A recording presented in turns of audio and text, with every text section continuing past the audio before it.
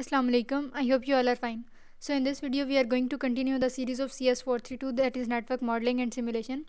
और इंशाल्लाह इसका हमने वीक नंबर 11 जो है वो इसमें कवर करना है और आज जो है वो इंशाल्लाह आपके 5 वीक्स कंप्लीट हो जाने हैं और जो 5 वीक्स हैं बाकी वो रह जाने हैं। लेकिन अब क्योंकि आपके एग्ज़ाम्स जो हैं दे आर ड्राइंग नियर, तो जो बाकी 5 वीक्स हैं वो आई एम नॉट श्योर कि वो यहाँ पे कंप्लीट हो सकेंगे या नहीं। लेकिन कहने का मकसद है कि 50% आपका सिलेबस जो है वो कंप्लीट हो गया because I had to cover other subjects as well. तो यहाँ पे मैंने स्टूडेंट्स के कहने पे जो है वो ये सब्जेक्ट स्टार्ट किया था, लेकिन अब टाइम जो है वो क्योंकि शॉर्ट है तो 50% सिलेबस हमारा कवर हुआ है।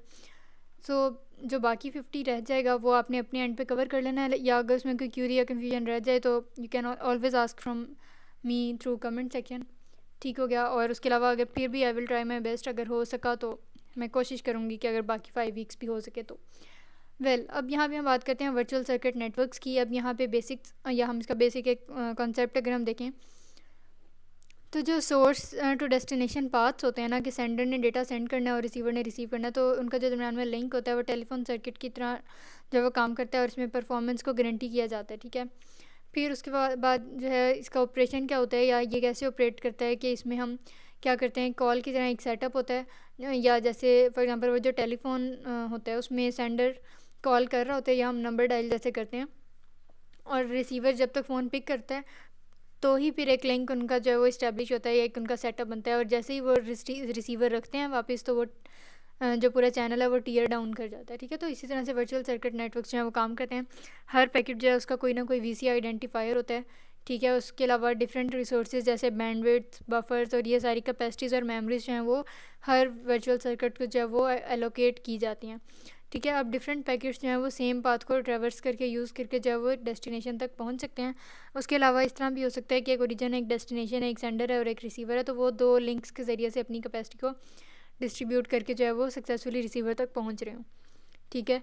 तो आमतौर पे स्टेबिलिटी इश्यूज़ की बात करें तो सिर्फ एक ही राउटर जो है किसी सिंगल टाइम पे एक ही पाथ जो है वो यूज़ होता है और उसमें हम शॉर्टेस्ट पाथ अपडेट जो है वो लगा देते हैं कि जो आपके पास शॉर्टेस्ट पाथ होता है उसको ट्रेवर्स करके सोर्स से डेस्टिनेशन तक डेटा सेंड हो जाता है और जो बाकी पाथ्स हैं उनको हम इग्नोर कर देते हैं या टर्मिनेट कर देते हैं। ठीक हो गया। अब यहाँ पे बात आ जाती है डेटाग्राम नेटवर्क्स की।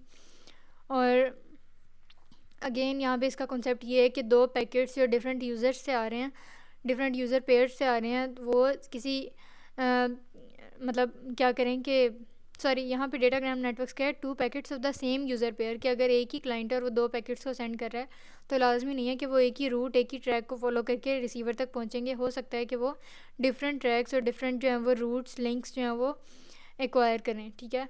तो यहाँ पे अब जैसे देखें कि ये एक क्लाइंट था और इससे 2 पैकेट्स आ रहे थे, तो लेकिन एक ने जो है वो ये वाला रूट ट्रैवर्स किया और एक जो है वो इस ट्रैक से गुजर गया, या ये जो था इससे जो पैकेट आ रहा था उसने एक यहाँ से भी जा सकता है या फिर किसी और का जो है वो लिंक शेयर करके भी जा सकता है। तो डिफरेंट पाथ्स जो है वो ट्रैवर्स किए जा सकते हैं। अच्छा, अब यहाँ पे each iteration of the link state routing protocols.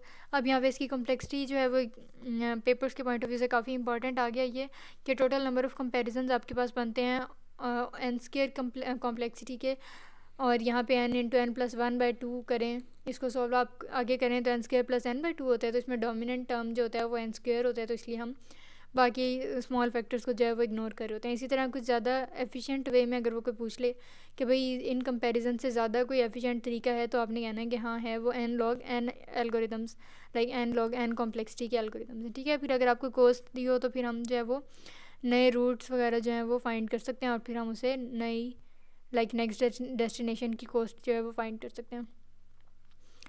फिर यहाँ पे आ जाता है इनपुट प्रोसेसिंग और फिर टॉपिक होगा आउटपुट प्रोसेसिंग का। ठीक है। तो जो राउटर्स होते हैं उनके 2 इंपॉर्टेंट फंक्शंस होते हैं। एक तो उन्होंने राउटिंग प्रोटोकॉल्स या एल्गोरिदम्स को रन करना होता है, जैसे routing information protocol, open shortest path first और बॉर्डर गेटवे प्रोटोकॉल जो हमने CS 610 में पढ़े थे। ठीक है। और उसके अलावा ये डेटाग्राम्स को आने वाले लिंक से लेके जाते हुए लिंक तक फॉरवर्ड करने में भी हेल्प आउट करते हैं। कौन? राउटर्स। तो अब राउटर्स की फंक्शनैलिटी है कि देखें यहाँ पे इनपुट पोर्ट्स हैं, फिर आपका ये राउटर दरम्यान में लगा हुआ है, यहाँ पे वो प्रोसेसिंग करेगा और फिर ये जो पोर्ट्स हैं वो आउटपुट पोर्ट से होते हुए डेस्टिनेशन तक पहुंच जाएंगे। तो राउटर इनपुट की बात करें तो लाइन यहाँ से टर्मिनेट होकर आ रही होती है, फिर डेटा आपका प्रोसेस होता है, फिर उसको फॉरवर्डिंग या क्यूइंग टेबल में देखते हैं, उसको लुकअप करते हैं। मतलब यहाँ पे डिफरेंट तरीके हैं। अगेन CS 610 के थोड़े कॉन्सेप्ट जो हैं वो डिस्कस हो रहे हैं। तो टेबल्स की कंप्यूटेशन के हमने पढ़ा था राउटर्स के आगे 3 तरीके होते हैं, या तो हम उससे मैनुअली लुकअप करते हैं, या फिर फॉरवर्डिंग टेबल होते हैं, या फिर क्यूइंग बिहेवियर्स होते हैं, ठीक है। और आखिर में जो है वो स्विच फैब्रिक आपके पास आ जाता है। तो डिस्ट्रीब्यूटेड स्विचिंग बेसिकली क्या होता है कि आपके पास अगर डेटाग्राम्स की डेस्टिनेशन हो तो हम लुकअप टेबल को यूज़ करते हुए हम ये डिसाइड कर सकते हैं कि इनपुट मेमोरी में वो कौन सा पोर्ट जो है वो लेगा, और लाइन स्पीड पे लाइक एक बिल्कुल स्टैंडर्ड स्पीड पे जो है वो हम ये सारी प्रोसेसिंग को कैरी आउट कर रहे होते हैं। और इनपुट पोर्ट क्यूइंग में क्या होता है कि fabric slower then input port combined queuing में अकर एट इनपुट क्यूज़ के जब आप डेटाग्राम्स को पैकेट्स को सेंड कर रहे होते हैं अक्रॉस द कम्युनिकेशन लिंक और द कम्युनिकेशन चैनल, तो फिर क्या होता है कि लाइक अगर आपके पास थोड़े से ज़्यादा पैकेट्स हैं तो फिर वो उनकी इनपुट के एंड पे इनपुट पोर्ट पे डिफरेंट क्यूज़ या डिफरेंट लाइंस बन जाती हैं, और फिर वहाँ पे जो है वो हम क्या करते हैं कि हम उनकी प्रायोरिटीज़ वगैरह सेट करके फिर डिसाइड करते हैं कि हाँ इस चैनल पे इस लिंक पे जो है वो पहले इस क्यू को भेज देते हैं फिर इस क्यू को। तो मतलब इनपुट पोर्ट्स जो हैं वो यहाँ पे देखें जैसे इनकी पूरी जो है वो क्यू बन गई है, ठीक हो गया। इसी ये स्लाइड को जो है वो हम आगे जाके इंशाल्लाह देखते हैं। यहाँ पे अब आपके पास आ जाता है 146 topic which is output processing. अच्छा, अब यहाँ पे देखें कि इनपुट प्रोसेसिंग की तो हमने बात कर ली। अब क्या होता है कि सेंडर ने इनपुट के ज़रिए से डेटा सेंड किया। अब आउटपुट वाली साइड पे क्या होगा कि हमें समटाइम्स बफरिंग चाहिए होती है। बफरिंग क्या होती है? एक टेम्प्रेरी स्टोरेज एरिया होता है जहाँ पे क्या लेंगे पैकेट्स जो हैं वो रिजाइड करते हैं before they can be send out from the receiver to the sender to the receiver, कि जब तक रिसीवर उनको रिसीव करे और प्रॉपरली उनको एक्नॉलेज करे तो उससे पहले क्या होता है कि हम बफर लगा देते हैं साथ, ठीक है। उसके अलावा हम बफर्स हैं हमें तब चाहिए होते हैं जब डेटाग्राम जो है वो अपने रेट से ज़्यादा फास्टली जो है वो सेंड हो रहे हों सेंडर की साइड से, ठीक है। और उसके अलावा यहाँ पे देखें कि मतलब राउटर इनपुट इंटरफेस जो था वो लाइन टर्मिनेशन से स्टार्ट हो रहा था, फिर वहाँ प्रोसेसिंग हो रही थी और फिर हम लिंकिंग फॉरवर्डिंग और राउटिंग यूज़ कर रहे थे, और फिर आखिर में स्विच फैब्रिक आ रहा था। उसी को आगे कंटिन्यू करें तो यही वो स्विच फैब्रिक है जो इनपुट जहाँ पे टर्मिनेट हो रहा था। फिर यहाँ पे आपके पास एक बफर है, ये वही जो है वो टेम्प्रेरी स्टोरेज एरिया, यहाँ पे क्यू में लग जाएंगे पैकेट, फिर एक एक करके लिंक लेयर प्रोटोकॉल जो है वो उनको रिसीव करेगा और फिर आखिर में लाइन जो है वो टर्मिनेट हो जाएगी। अब यहाँ पे देखें कि आपके पास 2 सिनेरियोज़ हैं। अच्छा, अब यहाँ पे देखें कि आपके पास 2 सिनेरियोज़ हैं कि packets move from input to output के पैकेट्स हैं वो यहाँ से सेंड हो रहे हैं, लेकिन ये भी रेड पैकेट जो आपको डिफरेंट कलर से बताया हुआ है कि ये भी रेड पैकेट है और ये भी, तो यहाँ पे नेटवर्क जो है वो कंजेस्टेड हो जाएगा, ठीक है। और उसे नहीं समझ आ रही होगी कि वो इसको प्रायोरिटी के हिसाब से उठाए या इसको, क्योंकि ये दोनों जो हैं वो सेम होंगे। तो इसका ये तरीका है कि एक पैकेट को जो है वो एट अ सिंगल टाइम जो है वो एंटरटेन किया जाए, ठीक है। तो फिर पहले जो है वो आपने इस पैकेट को डील कर लिया, फिर उसके बाद अगले को। तो अगर हम एक एक करके क्यू सेट करते हैं तो सही रहेगा, और अगर हम उनकी जो है वो क्यूज़ वगैरह नहीं बनाते या फिर एक ही तरह के पैकेट्स आपको डिफरेंट क्यूज़ में नज़र आ रहे हैं और आपने प्रायोरिटी भी इस्टेब्लिश नहीं की, बहुत सारे पैकेट्स को इकट्ठे सेंड कर रहे हैं, तो फिर जो है वो यहाँ पे जो है प्रॉब्लम आ सकती है। अच्छा, अब कितना आपने डेटा, कितने पैकेट्स, कितने डेटाग्राम्स आपने बफर में रखने हैं वो आपने एक फार्मूला के अकॉर्डिंग रखने हैं, वो है round trip time multiplied by capacity divided by under root of N. अब आपके पास टोटल नंबर ऑफ क्या लेंगे डेटा पैकेट्स हैं, ठीक है। और यहाँ पे कैपेसिटी का अब आपके पास एक सिनेरियो दिया हुआ है कि 10 गीगाबिट्स पर सेकंड, फिर उसके बाद बफर आपके पास लाइक अगर कैपेसिटी आपके पास 10 गीगाबिट्स पर सेकंड है और आरटीटी की वैल्यू 250 है, तो आपके पास आमतौर पे जो क्या लेंगे बफर की वैल्यू बनेगी वो बनेगी 2.5 गीगाबिट्स, ठीक है। बफर की वैल्यू मतलब उसका साइज़ कि आपने कितने पैकेट्स उसमें रखने हैं। अच्छा, फिर हेड ऑफ लाइन ब्लॉकिंग क्या जाती है। इसमें क्या होता है कि अगर समटाइम्स क्या होता है कि fabric slower then input ports combined queuing में अगर इनपुट क्यूज़ में क्या होता है कि वो जो है वो ओवरफ्लो कर जाती हैं, कि जितना एक आपके पास एक स्टैंडर्ड साइज़ है कि हाँ इतना डेटा सेंड हो सकता है, उससे ज़्यादा सेंड होने लग जाए तो हम कहते हैं कि इनपुट पोर्ट्स जो हैं वो ओवरफ्लो कर रहे हैं। तो उसकी वजह से क्या होता है कि जो क्यूज़ होती हैं वो फ्रंट ऑफ क्यू में से जो है वो डेटा को हेड ऑफ लाइंस को ड्रॉप करने लग जाती हैं, ठीक है। अब यहाँ पे जैसे देखिए आउटपुट पोर्ट कंटेंशन, तो जैसे मैंने आपको बताया था कि 2 आपके पास रेड डेटाग्राम्स हैं, तो यहाँ पे सिर्फ एक ही डेटाग्राम रेड कलर का जो है वो सेंड होगा, जो लोअर रेड पैकेट होगा जो नीचे वाला है उसे ब्लॉक कर देंगे, ठीक है। फिर इसी तरह अगर हमने समझ लें नीचे वाले को ब्लॉक कर दिया और ऊपर वाले डेटा को सेंड कर दिया रेड पैकेट को। तो फिर अब अगला एक पैकेट सेंड होने के बाद, एक पैकेट टाइम के बाद क्या होगा कि ये वाला पैकेट, मतलब वो तो सेंड हो गया ना, वो ख़त्म हो गया, अब ये वाला पैकेट जो है वो सबसे पहले चला जाएगा, फिर ये वाला चला जाएगा। तो मतलब इस तरह से क्या होता है कि हेड ऑफ लाइंस का एक ब्लॉकिंग का जो है वो एक सिनेरियो हमें फेस करना पड़ता है। तो इस सिनेरियो को जो है अवॉइड करने के लिए हमारे पास डिफरेंट टेक्निक्स हैं। यहाँ पे सबसे पहले आ जाती है RED, which is random early detection, कि हम रैंडमली जो है वो किसी भी कंजेशन को, नेटवर्क के कंजस्टेड होने को जो है वो पहले से डिटेक्ट कर लें। तो पहला आपके पास इसका मैकेनिज़्म है कि हम टेल को ड्रॉप कर दें, और इसको कहते हैं टेल ड्रॉप एल्गोरिदम। और इसमें हम क्या करते हैं कि राउटर जो है वो उतने ही पैकेट्स का डेटा तो बना लेता है, बफर में रख लेता है जितने सेंडर ने सेंड किए होते हैं, लेकिन फिर वो चेक करता है कि सेंडर ने तो सेंड कर दिए और मैंने बफर में भी रख लिए सारे के सारे। फिर रिसीवर जितने रिसीव कर लेता है तो वेल एंड गुड, और जितने नहीं करता तो वो उनको सिंपली जो है वो ड्रॉप कर देता है, ठीक है। तो फिर क्या होता है कि अगर बफर बार बार फुल आई जा रहा है कि भाई अब उसमें डेटा ही मज़ीद आ ही नहीं सकता, तो फिर क्या होता है कि हम कहते हैं कि नेटवर्क आपका कंजस्टेड हो गया, उसमें कोई जगह ही नहीं बच रही, कोई फ्लेक्सिबिलिटी नहीं है, ठीक हो गया। तो टेल ड्रॉप का एक नुकसान ये है कि बेशक ये ट्रेल्स ड्रॉप करता है, लाइक जो भी बफर में डेटाग्राम्स बच जाते हैं उनको ड्रॉप कर देता है, लेकिन हो सकता है कि जिसने ड्रॉप किए हों वो मोस्ट इंपॉर्टेंट हो, मोस्ट सिग्निफिकेंट हो, और उनको ड्रॉप करना बनता ही ना हो बिल्कुल प्रायोरिटी के हिसाब से। तो टेल ड्रॉप तो सिर्फ ये करता है ना कि वो देख लेता है कि रिसीवर ने पिक कर लिए हैं कौन कितने और कौन से बचे, मैं उनको ड्रॉप कर देता हूँ। तो ये इसका जो है वो एक ड्रॉबैक है। तो इसके लिए हम एक्टिव क्यू मैनेजमेंट यूज़ करते हैं। जब बफर जो है वो फुल हो जाता है तो या जब बफर फुल हो जाता है या जब फुल होने वाला होता है तो एक्टिव क्यू मैनेजमेंट जो है वो पैकेट्स को ड्रॉप करती है, बट इन एन इंटेलिजेंट वे, ठीक है। और यहाँ पे देखें inside a buffer of network interface card. तो आमतौर पे ये जो एक्टिव क्यू मैनेजमेंट जिसे हम AQM कह रहे होते हैं, इसका मेजर गोल आपके पास होता है कि इसने जो है वो नेटवर्क्स की कंजेशन को, लाइक इनके नेटवर्क के कंजेस्टेड होने को जो है उसको रिड्यूस करना है, इस चीज़ को उसने मिनिमाइज़ करना है। और इसके लिए क्या होता है कि पैकेट्स को, टेल्स को ड्रॉप तो किया जाता है लेकिन इंटेलिजेंट वे में, कि वो देख लेती है कि हाँ जो इंपॉर्टेंट हैं उनको वो पहले जो है वो हैंडल कर लेती है और जो अनइम्पॉर्टेंट होते हैं उनको ड्रॉप कर देती है। इस तरह रैंडम अर्ली डिटेक्शन ऑपरेशन में क्या होता है कि एवरेज क्यू साइज़ और फिर जितने पैकेट्स ड्रॉप किए जा सकते हैं उनको जो है वो हम लाइक मॉनिटर करते हैं, उनको एनालाइज़ करते हैं। फिर अगर बफर एम्प्टी है, लाइक खाली है, उसमें कोई भी डेटाग्राम्स नहीं रखे, तो जितने भी पैकेट्स आएंगे सबको एक्सेप्ट कर लिया जाएगा। फिर जैसे जैसे क्यू ग्रो करेगी आपके पास, तो फिर जो पैकेट्स जिनकी टेल्स ड्रॉप हो रही हैं वो नंबर ऑफ़ पैकेट्स ग्रो होता जाएगा, क्योंकि आपका बफर अब फुल हो रहा है। फिर जब बफर फुल हो जाएगा तो हम कहेंगे कि P = I, कि भाई अब जितने भी पैकेट्स आएंगे आपने उन सबको जो है वो ड्रॉप ही करना है। अच्छा जी, अब आ जाता है random early detection with in and out.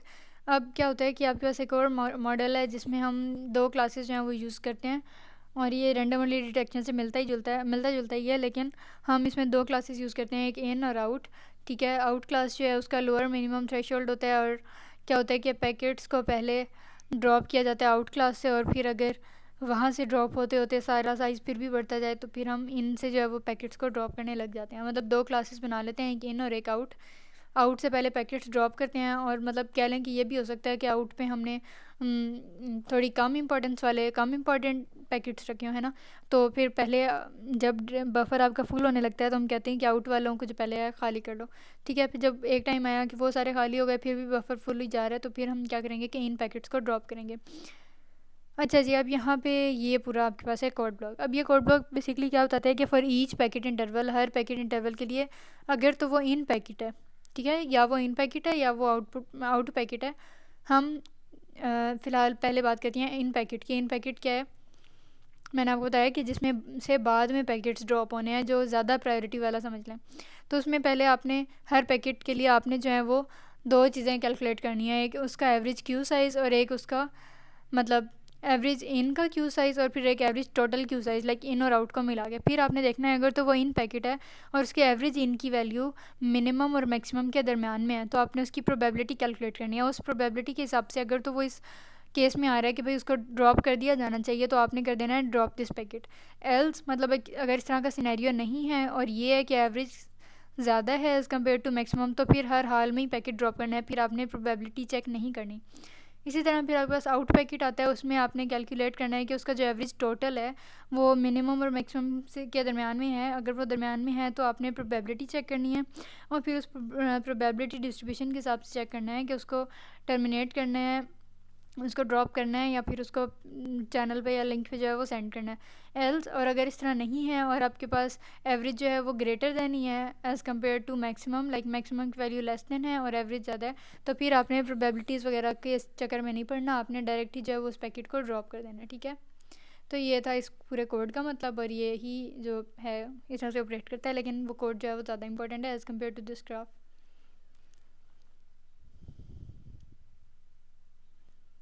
अच्छा, फिर कुछ राउटिंग एल्गोरिदम्स आ जाते हैं।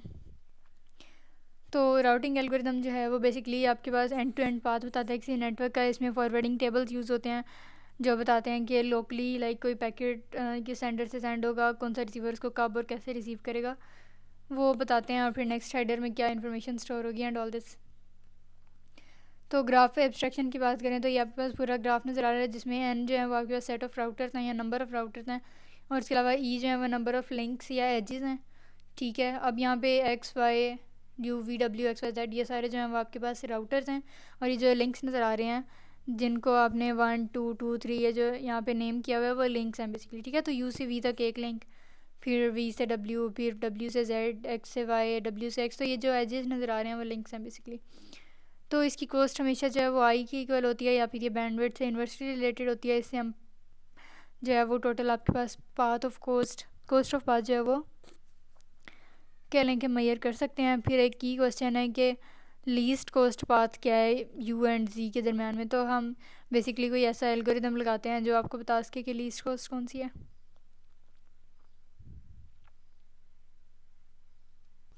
अच्छा जी, अब आपके पास आ जाता है लेक्चर नंबर 151, और इसमें हमने लिंक स्टेट एल्गोरिदम की कुछ कॉम्प्लेक्सिटी की बात करनी है। जितने भी राउटर्स होते हैं उनके पास कंप्लीट टोपोलॉजी होती है, उनके पास फॉरवर्डिंग टेबल्स और लुकअप टेबल्स के ज़रिए से कंप्लीट लिंक की जो है वो कॉस्ट इन्फॉर्मेशन भी होती है, ठीक है। हर नोड जो है लाइक हर राउटर जो है वो एक मैप कंस्ट्रक्ट करता है कनेक्टिविटी का, और ये बताता है कि कौन से नोड्स किससे कनेक्टेड हैं और किस नोड से कनेक्ट होने की क्या कॉस्ट है, ठीक है। तो हर नोड फिर हर राउटर जो है वो अपना बेस्ट पाथ जो है वो इंडिपेंडेंटली लाइक दूसरे नोड का दूसरे पाथ का उसे फ़र्क नहीं पड़ रहा होता, और वो इंडिपेंडेंटली कॉस्ट कैलकुलेट कर लेता है और फिर वो शॉर्टेस्ट बेस्टेस्ट पाथ जो है उसको चूज़ कर लेता है। ये प्रोसेस आइटरेटिव है, लाइक एक पूरा एक आइटरेशन का साइकिल एक कंप्लीट हो गया तो फिर अगेन वहीं से रिपीट हो जाता है। तो ये सारा सिनेरियो जो है वो हम राउटिंग टेबल्स की हेल्प से कर रहे होते हैं। अब ओमेगा नोटेशन में अगर इसकी बात करें बिग ओ नोटेशन में, तो वो आपके पास आ जाती है एन स्क्वेयर, और इसी तरह फुल मैश की अगर हम लाइक फार्मूला ओवरऑल देखें तो वो होता है एन इंटू एन प्लस 1/2। और ये कौन सी मैश है जो अभी हम प्रीवियस वीडियो टॉपिक में जो है वो पूरा ग्राफ देख कर आए हैं, तो उस मैश का अगर पूरा आपसे फार्मूला पूछ लें तो वह N into N plus 1/2 and if you do remember हम इसको जो है वो अभी करके आ रहे हैं। तो डोमिनेंट टर्म जो एन स्क्वेयर हो जाता है तो हम बाकी फैक्टर्स को जो है वो इग्नोर करते हैं। अच्छा, फिर डिस्टेंस फैक्टर की अगर थोड़ी सी हम कॉम्प्लेक्सिटी की बात करें तो राउटर्स जो हैं उन्हें पता होता है कि कौन से नेबर्स उनके साथ कनेक्टेड हैं और फिर उनकी क्या जो है वो कॉस्ट है उनके लिंक की, ठीक है। और अगेन ये इटरेटिव प्रोसेस है और इन्फॉर्मेशन जो है वो अपने नोड्स वगैरह की वो अपने नेबर्स के साथ जो है वो एक्सचेंज करते रहते हैं राउटर्स, ठीक है। तो टाइम टू टाइम क्या होता है कि हर नोड जो है वो अपना डिस्टेंस वेक्टर एस्टिमेट जो है वो अपने नेबर से भेजती रहती है, लाइक वो बताती रहती है हर नोड जो है वो दूसरे नोड को वक्तन फ़वक्तन लाइक पीरियोडिकली वो बताता रहता है कि हाँ मेरे साथ जो लिंक्स अटैच हैं जो नेबर्स अटैच हैं उनकी ये वाली जो है वो कॉस्ट चल रही है, ठीक है। तो ये बेलमैन फोर्ड इक्वेशन के अकॉर्डिंग जो है वो ये काम करता है यहाँ। और इसके अलावा ये डायनामिक प्रोग्रामिंग मॉडल है जिसे हम रियल टाइम सिनेरियोज और चेंजिंग फैक्टर्स के अकॉर्डिंग जो है वो डील कर रहे होते हैं। और इसमें जो है वो हम लाइक टोटल कैसे फाइंड आउट करते हैं कि हम दो चीज़ों का अगेन मिनिमम निकालते हैं। आपके पास अब यहाँ पे एक आपके पास कॉस्ट है least cost path from X to Y, ये तो है आपके पास ये डी वाली वैल्यू, और एक जो स्टैंडर्ड होगा वो ये वाली कॉस्ट है और जो एक्चुअल होगी वो ये वाली कॉस्ट है, और इनमें से मिनिमम जो होगी उसको आपने पिकअप कर लेना है। अब यहाँ पे दो फैक्टर्स हैं मैसेजेस। अब मैसेज जो है वो सिर्फ नेबर्स के दरमियान में जो है वो किसी लीनियर फैशन में एक्सचेंज किए जा सकते हैं, और स्पीड जो है वो हम देखते हैं कि जितने ज़्यादा लूप्स होते हैं उस हिसाब से उसका टाइम जो है वो कम या ज़्यादा होता रहता है, ठीक है। फिर अब आ जाता है काउंट टू इन्फिनिटी प्रॉब्लम। देखिए, अब जैसे मैंने आपको बताया कि आपके पास जो लिंक कॉस्ट है वो चेंज होती रहती है, ठीक है। तो जो नोड्स होते हैं जो राउटर्स होते हैं वो लोकल लिंक में जो भी कॉस्ट के चेंजेस आ रहे होते हैं उनको डिटेक्ट करते हैं और फिर उस हिसाब से अपने राउटर्स की इन्फॉर्मेशन जो है इन्फॉर्मेशन टेबल्स में, राउटिंग टेबल्स में अपडेट कर देते हैं। और फिर क्योंकि उन्होंने पहले से डिस्टेंस वेक्टर कैलकुलेट किया होता है, तो फिर जब कोई इन्फॉर्मेशन उसमें स्टोर अपडेट होती है तो फिर वो फिर से डिस्टेंस वेक्टर को कैलकुलेट करते हैं, रीकैलकुलेट करते हैं।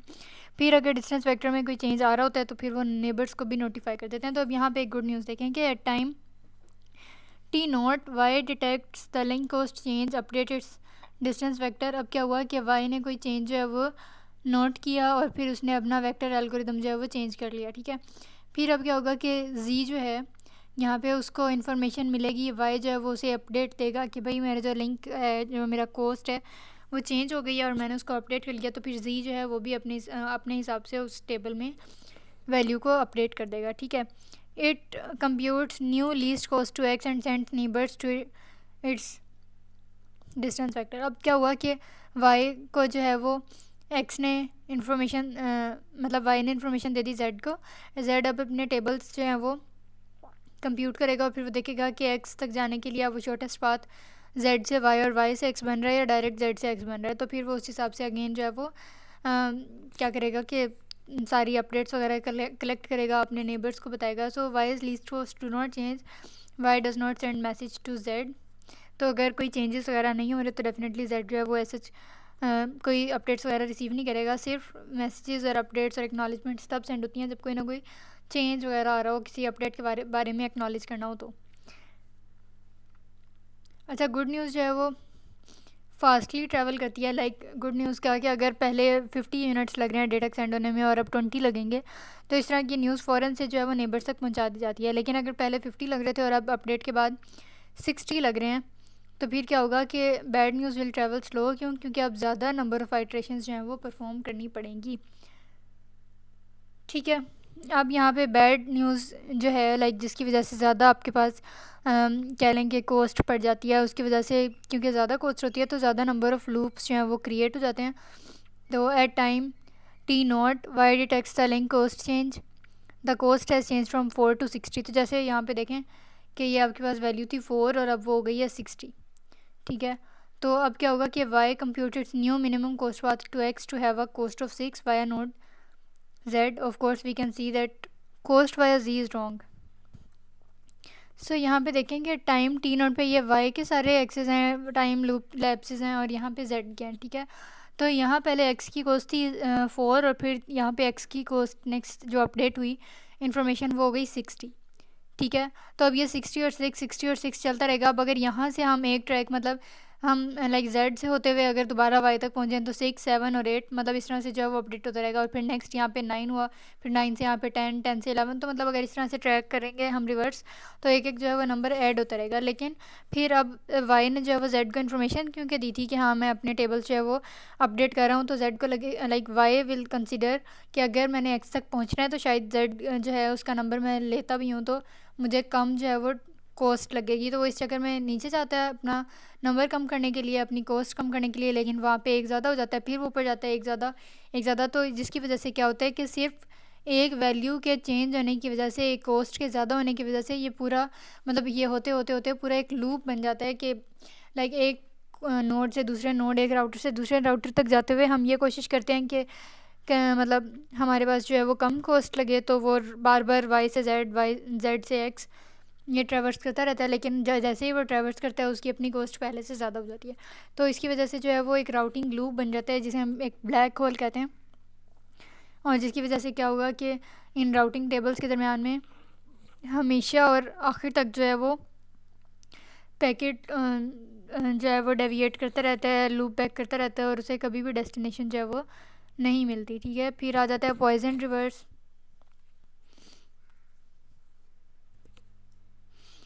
तो इन लूप्स और होल्स वगैरह से ब्लैक होल से बचने के लिए हमें पॉइजन रिवर्स चाहिए।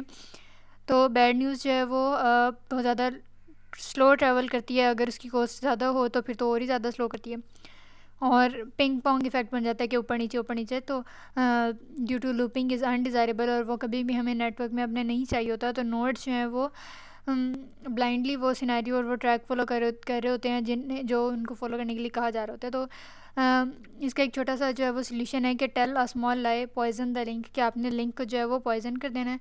अब क्या होगा कि if Z routes through y to get x, z tells y its z's distance to x is infinite, so y won't route to x via z.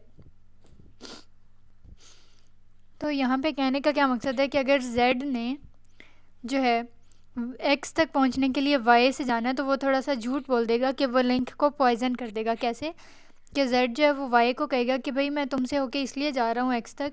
क्यों? क्योंकि अगर मैं z लाइक अपने ही ट्रैक से x तक जाऊँगा तो ये तो इन्फिनिटी मेरे पास आंसर है, इनफाइनाइट मेरे पास वैल्यू है, इनफाइनाइट कॉस्ट है, तो मैं z से x जो है तक जो जा ही नहीं सकता, इसलिए मैं y लाइक इस राउटर का यूज़ कर रहा हूँ. तो क्या होगा कि y कभी भी फिर z का जो है वो यूज़ नहीं करेगा x तक जाने के लिए. इसकी वजह से आपका जो लूप है वो बच जाएगा. सो अगेन आई रिपीट कि क्या होगा पॉइजन रिवर्स में कि हम लिंक को पॉइजन कर देंगे. कैसे करेंगे कि z जो है अगर उसने y से होते हुए x तक जाना है तो वो y को कहेगा कि मैं इसलिए जा रहा हूँ z से x तक y से होता हुआ. क्यों? क्योंकि अगर मैं डायरेक्ट जाता हूँ तो वो इन्फिनिटी आंसर दे रहा है और यहाँ पे मैं कभी भी नहीं पहुँच सकता x तक. तो जिसकी वजह से क्या होगा कि y को लगेगा कि अच्छा z से x तक तो जो है वो इन्फिनिटी वाला लूप चलेगा, तो वो कभी भी y जो है वो x तक पहुँचने के लिए z का इस्तेमाल नहीं करेगा, जिसकी वजह से लूप जो है वो बच जाएगा. लेकिन ये जो पॉइजन रिवर्स है इसकी एक लिमिटेशन है, ये काम नहीं करता अगर आपके पास 3 से ज़्यादा नेबर्स जो हैं वो लूपिंग वगैरह में इन्वॉल्व हों. उसके अलावा कुछ और टेक्निक्स इसमें लगा के हम ज़्यादा बेनिफिशियल इसको रिजल्ट्स इससे ले सकते हैं, जैसे ब्रॉडकास्ट आईडी एड्रेसेस या पैकेट स्विचिंग वगैरह वगैरह. फिर यहाँ पे आ जाता है पैकेट लेक्चर 155 पैकेट करके यहाँ पे पैकेट ही दिमाग में आ रहा है. अच्छा, यहाँ पे अब बात आ जाती है हायरार्किकल राउटिंग की. अब all the routers identical with a flat network is not true in practice. Routers जो हैं ये नहीं होता कि नेटवर्क में अगर 10 राउटर्स लगे हुए हैं तो वो सारे के सारे जो हैं वो सेम है. तो ये डिफ़र करते हैं, वेरी करते हैं कनेक्टिविटी के हिसाब से, उनकी बैंडविड्थ के हिसाब से, रिसोर्सेज कौन कौन से एलोकेटेड हैं, क्या कॉस्ट है उनकी. ठीक है. सो हर नेटवर्क एडमिन जो है वो ऑटोनॉमी जो है वो वांट लाइक ही और she wants autonomy. Like her router जो है हर नेटवर्क जो है वो दूसरे से इंडिपेंडेंट हो, सेपरेट हो, ऑटोनोमस नेटवर्क चाहिए होता है हर एडमिन को. ठीक है. तो इसका एक सोल्यूशन है कि एक हायरार्किकल ऑर्गेनाइजेशनल जो है वो स्ट्रक्चर उनके दरम्यान में बना लें. सबसे पहले आपने राउटर्स को डिफरेंट रीजन्स में डिवाइड करना है जिन्हें हम ऑटोनोमस सिस्टम कहेंगे. फिर हर ऑटोनोमस सिस्टम जो है वो किसी ना किसी ISP के अंडर होगा. ISP बेसिकली क्या होता है? Internet service provider. तो हर इंटरनेट सर्विस प्रोवाइडर जो उसमें एक से ज़्यादा जो है वो इस तरह की कॉन्फ़िगरेशंस होंगी. सो अब क्या होगा कि हर लाइक सेम ऑटोनोमस सिस्टम में एक ही प्रोटोकॉल जो है वो यूज़ किया जाएगा. लाइक अगर एक ऑटोनोमस सिस्टम है वो RIP यूज़ कर रहा है, एक OSPF, तो OSPF वाला OSPF यूज़ करता रहेगा और RIP वाला जो है वो RIP वाला ही यूज़ करता रहेगा. ठीक है. इसी तरह जो गेटवे राउटर्स होते हैं वो वाले राउटर्स होते हैं जो क्या करते हैं वो बिल्कुल एजेस पे नोड्स पे मौजूद होते हैं. ठीक है. और वो बाकी राउटर से ऑटोनोमस सिस्टम्स के ज़रिए से कनेक्टेड होते हैं. फिर फॉरवर्डिंग टेबल्स होते हैं, वो इंट्रा और इंटर ऑटोनोमस सिस्टम जो है वो अपनी वैल्यूज़ को अपडेट करते हैं. इंट्रा और इंटर ऑटोनोमस सिस्टम्स में ये डिफरेंस है कि एक ऑटोनोमस सिस्टम में अगर 10 राउटर्स कनेक्टेड हैं तो उनका आपस में क्या कनेक्शन है, क्या लिंक्स इस्टेब्लिश हो रहे हैं, क्या फॉरवर्डिंग टेबल्स हैं, वो होता है इंट्रा ऑटोनोमस सिस्टम्स. और एक ऑटोनोमस सिस्टम दूसरे से कैसे कम्युनिकेट कर रहा है वो होता है इंटर ऑटोनोमस सिस्टम. ठीक है. अच्छा, फिर फर्स्ट लेवल क्लस्टर आपके पास यहाँ 0th लेवल है कि बिल्कुल एक ही नोड या एक ही राउटर की बात करें. फिर उससे बिगर लेवल पे चले जाएँ तो फर्स्ट लेवल, फिर उससे बिगर लेवल पे सेकंड, इसी तरह थर्ड लेवल क्लस्टर. और ये आपके पास राउटिंग टेबल है जिसमें नेक्स्ट नोड की इन्फॉर्मेशन होती है, डिले और फिर होप काउंट या होप नंबर होता है. ठीक है. तो मतलब इस तरह से जो है वो हम राउटिंग टेबल्स को अपडेट कर सकते हैं. अब यहाँ पे आ जाता है last topic over here which is topic number 156. और यहाँ पे हमने किस चीज़ की बात करनी है? इलास्टिक एग्रीगेट्स की. अच्छा, अब सिनेरियो आपके पास ये है कि ये वेब सर्वर्स हैं और ये क्लाइंट्स हैं. ठीक है.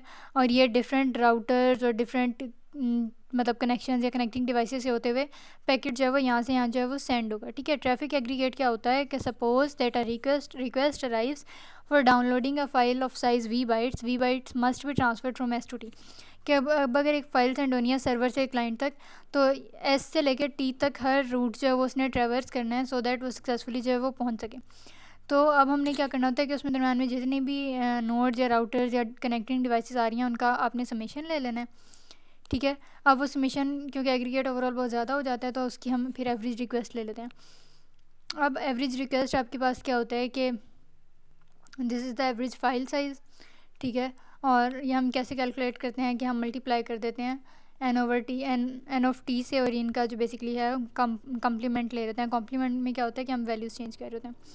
सो ऑफर्ड लोड क्या होता है कि अगर हम दोनों साइड्स को t से डिवाइड करें तो हमें एवरेज रेट्स मिल जाएंगे दोनों साइड पे, और एट द वेरी एंड आपके पास ऑफर्ड लोड का आ जाता है formula rho is equal to lambda EV। यहाँ पे अब आपके पास EV क्या है ये मैं अभी आपको ऊपर बता चुकी हूँ, नंबर ऑफ़ एवरेज रिक्वेस्ट वगैरह कैलकुलेट करने के लिए। फिर उसके बाद रो जो है वो आपके पास ऑफर्ड लोड है, और इसका यूनिट याद रखना है आपने बाइट्स पर सेकेंड, और लैम्डा जो है वो है एवरेज अराइवल रेट, ठीक है, कि जितनी डाउनलोड रिक्वेस्ट है उनका अराइव होने का ऑलमोस्ट क्या टाइम है एवरेज में। So this was all about lecture number 156, और यहाँ पे जो है वो आपके कितने वीक्स कंप्लीट हो गए हैं, वीक नंबर 11 तक हो गए हैं। और जैसे मैंने अभी आपको बताया कि I will try my level best कि वो बाकी 5 हो जाएं कंप्लीट जो आपका बाकी सिलेबस है। लेकिन इवन देन अगर वो नहीं भी होता देन आप उसको अपने एंड से कर लें प्रिपेयर, और उसमें कोई क्यूरी हो then you can always connect to me through comment section. और उसके अलावा इसमें कोई इस पर्टिकुलर वीक में कोई भी क्यूरी या कन्फ्यूजन हो, so you can always drop a comment. And if you are new to this channel then don't forget to subscribe and hit the bell icon as well. See you soon. Till then, Khuda Hafiz.